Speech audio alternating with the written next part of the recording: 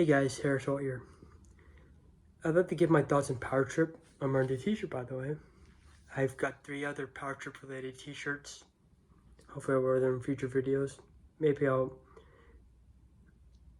go over my Power Trip stuff I got there in another video too. But I'm gonna go over my review of the show itself and the venue and all that stuff. I've got a lot of great things to say. Some, but it was mostly great. Firstly, let's go over the bands. The bands were Iron Maiden. This is in order, by the way. Iron Maiden, Guns N' Roses, Judas Priest, AC/DC, Tool, and Metallica. Iron Maiden was immaculate, amazing. Bruce Dickinson sounded as good as he did in the 80s, if not better in a way. Jenny Gers, Dave Murray, and Adrian Smith sounded amazing as well. Their soloing were, I was knocked out. 3 guitar players really fits for them. They can do the guitar harmonies while not losing any of the bottom end, well, rather, the meat of the guitar. Like they still have a rhythm track of the guitar alongside the bass while doing the guitar harmonies or dual soloing. So that's awesome. And the Steve Harris, as usual, the bass player, he did an amazing job as well. The harmonies were good too. Nicky McBrain did an awesome job on the drumming. Despite having a stroke, I think it was. Man, what a champ, by the way. I mean, I know On With The Show is a thing that you not have to do, but it's kind of their mindset. But I'm still impressed, despite him having a stroke, that he pulled through and got to make it the Power Trip. I was so happy this team play, because I'm not saying that Clyde Burr's any better than Nicky McBrain, but he's the OG drummer, Nicky McBrain, at least when it comes to everything after Number of the Beast, including from Peace of Mind on, rather. And Nicky McBrain, if not, he's probably an improvement to Clyde Burr in a way. But anyway, I'm getting ahead of myself. The only complaint I had was that the drums were a little up in the mix compared to everything. So the bass drum especially. That's what I noticed. It might be just being persnickety. But at the end of the day, it's an outside venue. So it's not a big deal, in other words. But they killed it. So they did nothing bad. The only thing I wish they did was play more tracks off of Number of the Beast, or, I mean, they obviously, wait, did they play anything off of Number of the Beast?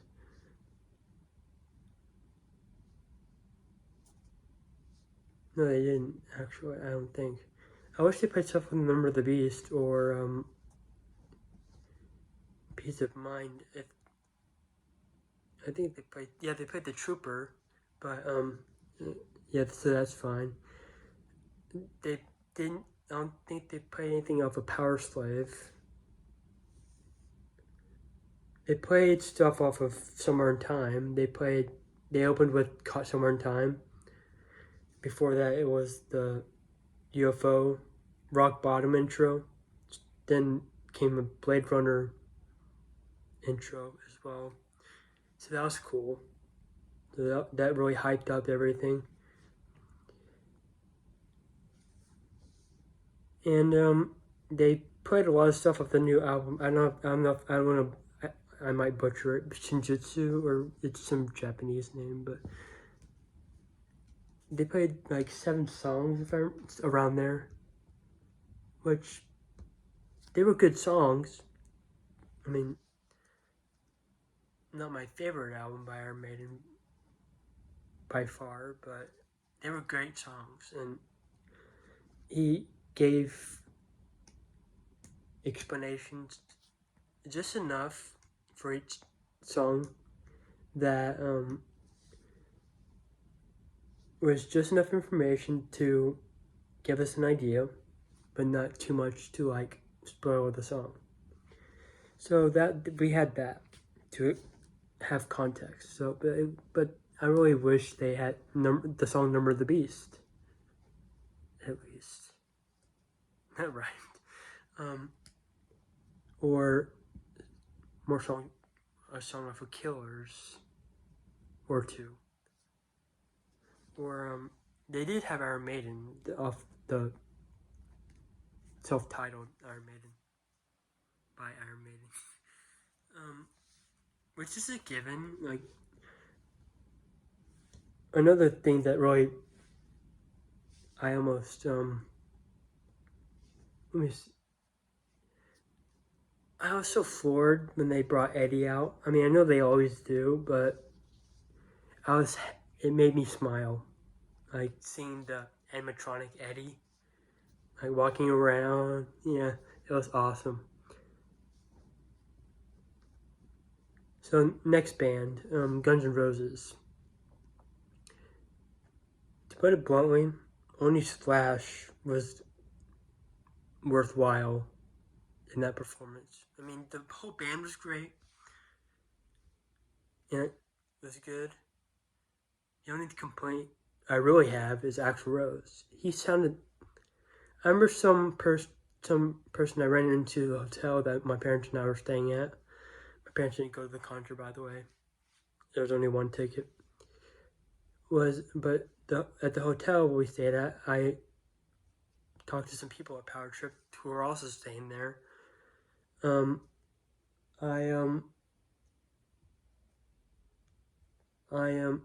talked to someone, and he said that he actually sounded like Herbert the Pervert from Family Guy. Keep in mind, I haven't watched Family Guy in a while, but I remember him very well, that character. That was very accurate, sound-wise. I wouldn't say personality-wise. Whatever. But, you know what I mean? Like, the sound of him. And I'm not knocking Axl. He may have something wrong with him, possibly health-wise, that I'm not aware of. It might be the mixing. Like, the mixing was a little off as well. More so than Iron Maiden. Like, the bass, like I said, the bass drum in Iron Maiden was a little dominating, especially even the whole drums in a way. But not too much. It's an outside venue, like I said, so it might be that. It might be the same way Guns N' Roses. But there's something wrong with Axl. Like I was attentive for 3 songs, and I started falling asleep after that. Again, I'm not knocking Guns N' Roses or anything. Like, their first album, Appetite for Destruction, is really good. Anyway, but next up, the next day was even better. Judas Priest killed it. They opened their first song, technically not a song, but the opening track that hyped up the band was War Pigs by Black Sabbath. And then in the middle of that, either that or in the middle or during the Hellion, which is the intro track for Electric Eye, they announced their new album. which is blanking my brain, but I'll link to the song in the description that is out right now. Which is a great song, by the way. But I was pretty late getting there. I got there during the first song, but I missed the whole announcement thing, and I was probably getting food or something. They had a lot of good food there.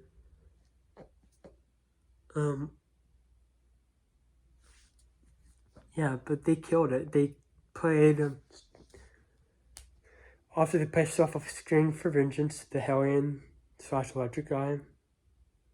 They played Another Thing You Got Another Thing Coming. They played stuff off of British Steel. They played stuff off of Point of Entry. They played stuff off of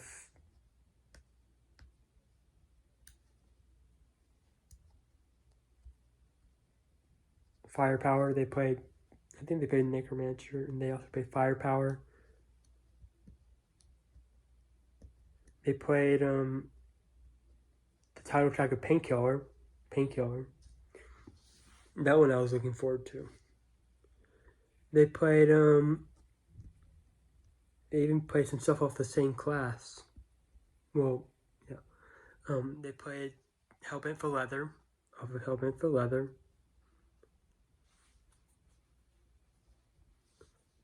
Yeah, so their set list is more diverse than Iron Maiden. Not to say Iron Maiden was bad or anything. Just I even like Turbo Lover when they played that Power Trip Judas Priest Rise. Even though Turbo is not their highlight, it's not a bad album at all. I just prefer other albums, but I'm not dissing it or anything. But they also brought up for the last 3 songs. I think one of them was Living After Midnight. They brought out Glenn Tipton for the last 3 songs, and that was the highlight of the show in a way. Richie Faulkner was great too, the other guitar player. Remind me his name in the comments. But he's that other dude that he filled in for KK Downing. Not filled in, but he is the replacement in a way. He is the replacement. But I'm glad they brought out Glenn Tipton. That made the night in a way. But overall, Judas Priest killed it. Next up is AC/DC. What can I say? I know this is my favoritism talking, because I think due to past videos, you might say that I'm favoriting AC/DC over all of them, but they're my favorite of the night. But objectively too, they were the best sounding of the night. I don't know what to do. Obviously, had to do with the mixing. Maybe they improved the mixing. They obviously improved the mixing from the previous night. Iron Maiden was great, but a little drum heavy. Guns N' Roses is badly mixed, but then they probably fixed some stuff that was absent before. I don't know how the stage mixing works, but Judas Priest was a tiny bit drum heavy, but it didn't detract from the mix as much as Iron Maiden. And but Judas Priest was Rob Halford killed it. Richie Faulkner, the bass player. Scott Travis on drums. Glenn Tipton, obviously, despite his Parkinson's, was amazing. And I'm not discriminating Parkinson's. It's really sad he has that, by the way. And prayers to him, by the way. But back to HTC. HTC is also, in my opinion, honestly, in my opinion, the best mix of the weekend. Everything was evenly mixed. And, well, not like that, but like you couldn't hear the drums over everything. Brian, even though he's 76, he was screaming like he was in his 20s or 30s, or maybe. Let's just say that he did far better than Axl Rose by a mile. Like he sounded. He had trouble hitting the high notes, obviously, but what can you say? He's 76. But he killed it. Yeah. Angus did all his antics. He killed it too. Cliff Williams was there. He's back with the band, by the way, after leaving during the Rocker Bus tour. The drummer Matt Lau just sounded just like Phil Rudd. And again, I think I said during Judas Priest that I was late getting there during the first song or two.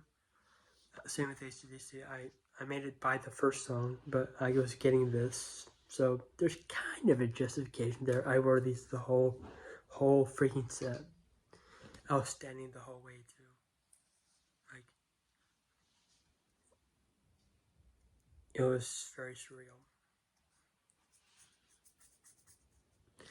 But they opened up with If You Want Blood, You Got It.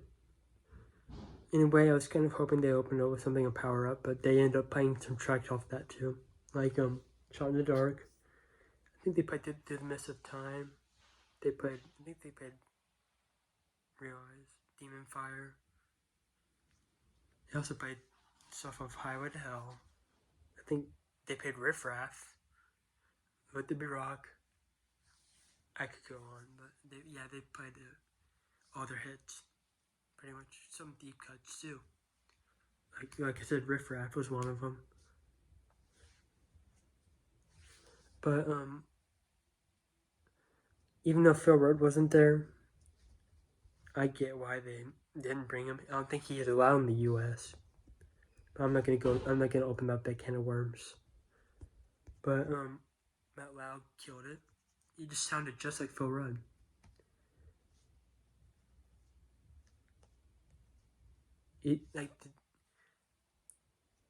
The drums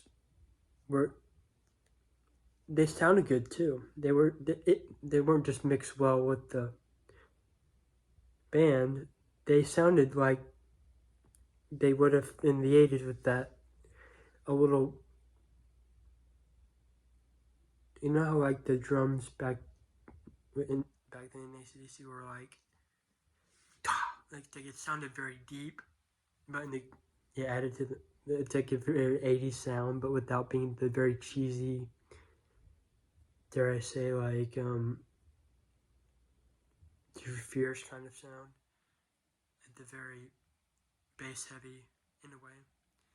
They had that too, just enough to have that very nostalgic sound for AC/DC. The bass was audible too.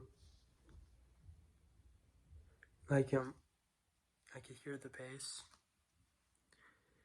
Angus's guitar playing, he still has it. He's my idol. And yeah, it's like when I was seeing him at the age of 15 at American Airlines Center, my eyes were open like this. I was on the guardrail, like yeah.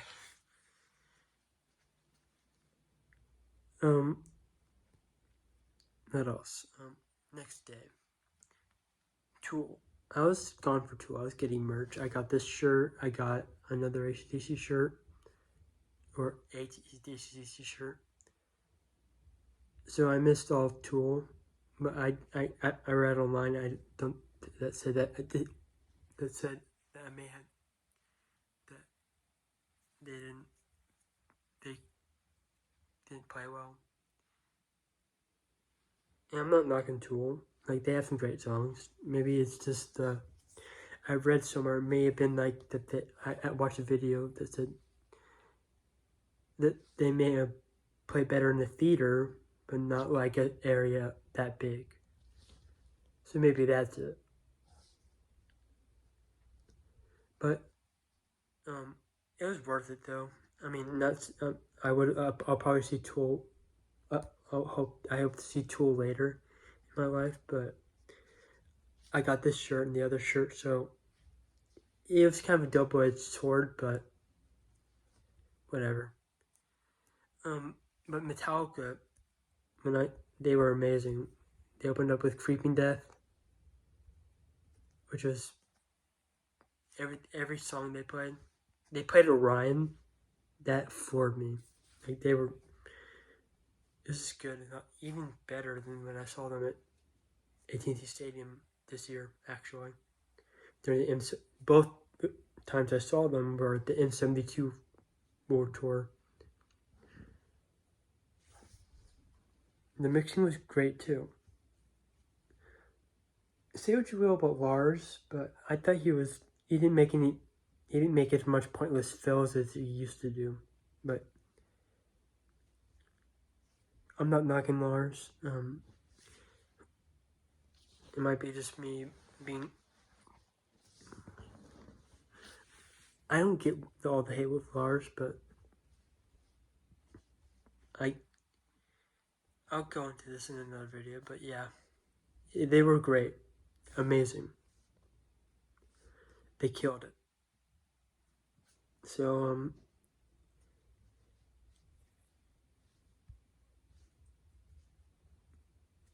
overall, it was amazing. Every day, and I didn't even. I might be just me not noticing it, but I don't think I had any not hearing loss, but my ears weren't ringing, so it might be just me going deaf, probably. I don't know, but the mixing was not too loud to where like it was like unbearable and made your ears ring after. It was just enough to like energize you while giving you room to talk or yell at that matter. But I usually use my phone to like talk to my neighbors in the seats. Anyway, I'll probably make future videos talking about the vendors, the merch, my seats, everything I got. Just whatever. I'm trying to make something down the line, but like, comment, subscribe, hit that notification button. See you guys later.